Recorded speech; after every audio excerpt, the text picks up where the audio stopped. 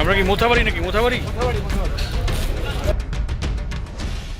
মালদহে SIR বিরোধী আন্দোলনে মোথাবাড়ির ঘটনাসহ 12টি মামলায় তদন্তের দায়িত্ব নিল এনআইএ। 12টি মামলায় ধৃত 41 জনকে আজ এনআইএর হাতে তুলে দেওয়া হচ্ছে। এই ঘটনার অন্যতম অভিযুক্ত মোফাক্কিরুল ইসলাম সহ ধৃতদের আজ দুপুরে আনা হয় মালদা জেলা হাসপাতালে।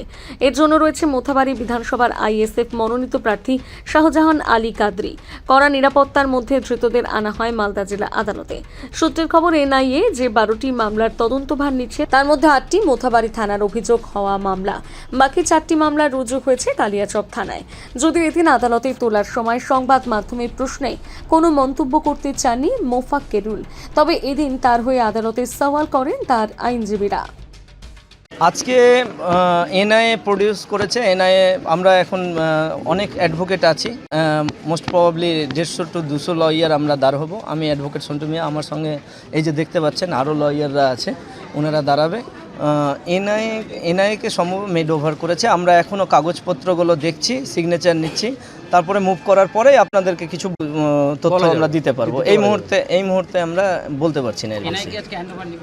আমি সেটা কাগজপত্র দেখার পরই বলতে পারছি। আমরা এখনও সঠিকটা জানি না, সঠিকটা কাগজপত্র এখন দেখব। এই মুহূর্তে প্রডিউস করেছে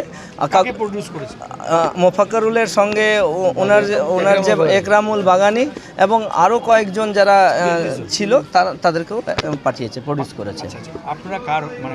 আমরা মেইনলি মোফাক্কিরুল ইসলামের পক্ষে এবং ওর সঙ্গে যে একরামুল বাগানি রিপোর্টার তার পক্ষে। এটা আজকে জানা যাবে?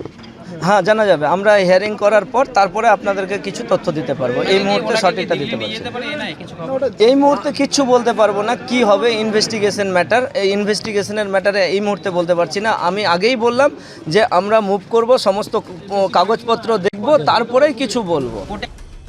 মালদা থেকে পরিতোষ সরকারের প্রতিবেদন, নিউজ টুডে।